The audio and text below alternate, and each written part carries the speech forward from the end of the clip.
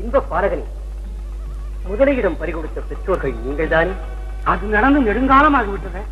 இப்பொழுதுதானே உங்கள் வீட்டில் அழுகுரல் கேட்டது? அது என் மனைவியின் கோயமன குரல். அந்த குளம் எங்கே இருக்கிறது என்று சற்று காண்பிக்க முடியுமா? வாருங்கள், போகலாம். இந்த இடத்தில் தான் அந்த கொடிய முதலை வசித்த குளம் இருந்தது.